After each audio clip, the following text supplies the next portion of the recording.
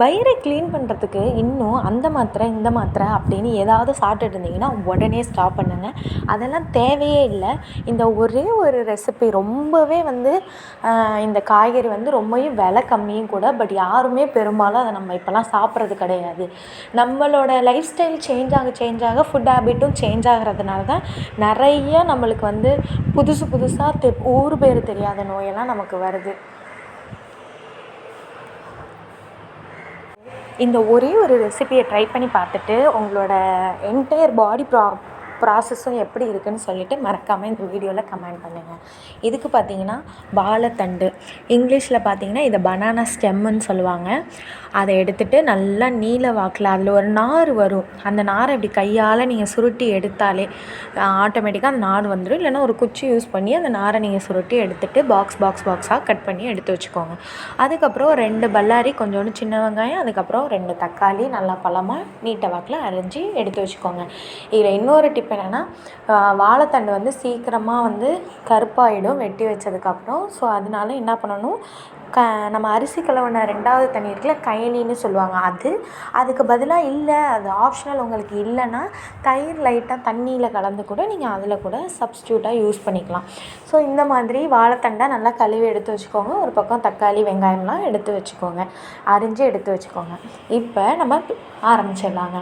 First பார்த்திங்கன்னா ஒரு எண்ணெய் சட்டி வச்சு கொஞ்சோண்டு எண்ணெய் ஊற்றி, அதுக்கப்புறம் கடுகு, அதுக்கு எப்போதும் தாளிக்கிற மாதிரியே கொஞ்சோண்டு கருவேப்பிலை, வெங்காயம் நல்லா வதங்கினதுக்கப்புறம் தக்காளியும் ஓரளவுக்கு நல்லா வதங்கினதுக்கப்புறம் பார்த்திங்கன்னா நம்ம எடுத்து வச்சுருக்க வாழைத்தண்டு, அது எப்படின்னா பார்த்துக்கோங்க எந்த ஷேப்பில். ஒரு ஃபஸ்ட்டு வளையமாக அரிஞ்சு தண்ணியில் போட்டு அதுக்கப்புறம் நீட்டமாக அரிஞ்சிங்கன்னா கரெக்டாக இருக்கும்.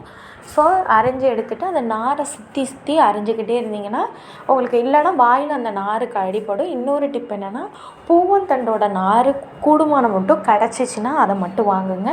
பாக்கி மொந்தந்தண்டெல்லாம் பார்த்திங்கன்னா கசக்கிற மாதிரி இருக்கும் அந்த வாழைத்தண்டு. ஸோ ஃபஸ்ட்டு டைம் நீங்கள் இப்போ தான் வாழைத்தண்டு சாப்பிட்ற ஒரு ஆளாக இருந்துச்சுன்னா மறக்காமல் பூவந்தண்டா அப்படின்னு கேட்டு வாங்குங்க. இல்லைன்னா வாழைத்தண்டில் இப்படி ஒரு பக்கம் நம்ம நகத்தை வச்சு இப்படி கீறணும், ஒரு கில்லு மாதிரி பண்ணோன்னா அதில் பார்த்திங்கன்னா நாரோடு வரும். அதுதான் ஒரு நல்ல பதம் வாழைத்தண்டு வாங்கும்போது.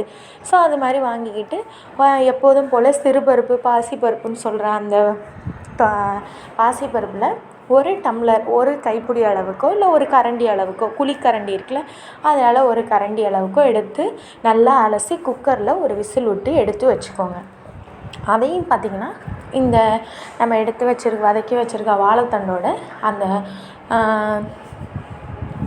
சிறுபருப்புன்னு சொல்கிறோம்ல, பாசிப்பருப்பு, அதையும் போட்டு நம்ம வீட்டில் அரைச்ச குழம்பு மிளகாத்தூள், அவ்வளோதாங்க. 90% நம்மளோட ப்ராசஸ் முடிஞ்சுட்டு. இது பார்த்திங்கன்னா நீங்கள் சாதமும் போட்டு சாப்பிட்லாம், இல்லை ஒரு கூட்டாகவும் நீங்கள் தாராளமாக சப்பாத்தி தோசைக்கெலாம் வச்சு சாப்பிட்லாம். பட் எப்படி சாப்பிட்டாலும் இதோட நன்மை ரொம்பவே அதிகம். அவ்வளோதாங்க. அதுக்கப்புறம் வழக்கம் போல் நம்ம வாழைத்தண்டு வேகிறதுக்காக மூடி போட்டு, எந்த ஒரு பொருளுமே ஆவி வெளியில் போகாமல் நம்ம மூடி போட்டு வேகிறத வைக்கும்போது ரொம்பவே சீக்கிரமாக வெந்துடும். அது முட்டையாக இருக்கட்டும், எந்த ஒரு டிஷ்ஷுமே, முட்டைக்கோஸாக இருக்கட்டும், எல்லாமே ஒரு மூடி போட்டு வேக வச்சிட்டிங்கன்னா ஒரு 10 நிமிஷத்தில் வேக வேண்டியது 5 நிமிஷத்தில் வெந்துடும். ஸோ அதுக்கப்புறம் தேங்காய் தாராளமாக ஒரு அரை முடி அளவுக்கு தேங்காய், கொஞ்சோண்டு சோம்பு போட்டு திரியாக சட்னிக்கு அரைக்கிற மாதிரி அரைச்சிக்கோங்க. நிறைய பேர் சட்னிக்கு பார்த்திங்கன்னா மையாக அரைச்சிடுறீங்க. அந்த மாதிரி அரைக்கக்கூடாது. ஓரளவுக்கு திரியாக அரைச்சா தான் அது நம்ம வாயில் நல்லாவே கடிப்படும். ஸோ அந்த மாதிரி அரைச்சி எடுத்து வச்சுக்கோங்க. எடுத்து வச்சுட்டு தேங்காய் போட்டு ஒரு 10 மினிட்ஸ் இருந்தால் போதும். ரொம்ப நேரம் இருக்கணுங்கிற அவசியம் கிடையாது. ஏன்னா தேங்காயிலேருந்து அந்த தேங்காய் எண்ணெய் பிரிஞ்சு வந்துடும். ஸோ ஒரு 10 மினிட்ஸ் அடுப்பை சிம்மில் வச்சுட்டு இறக்கிட்டு சுட சாதம், கொஞ்சோண்டு ஒரு எலுமிச்சங்காய் ஊறுகாய், இல்லைன்னா ஒரு நார்த்தங்காய் ஊறுகாய், அதுக்கப்புறம் இந்த வாழைத்தண்டு கூட்டு எடுத்து வச்சு சாப்பிட்டு பாருங்கள். டேஸ்ட்டு அப்படி இருக்கும். உண்மையிலேயே காலையில் நம்மளுக்கு அந்த வயிறு க்ளீன் ஆகிறது நல்லாவே தெரியும்.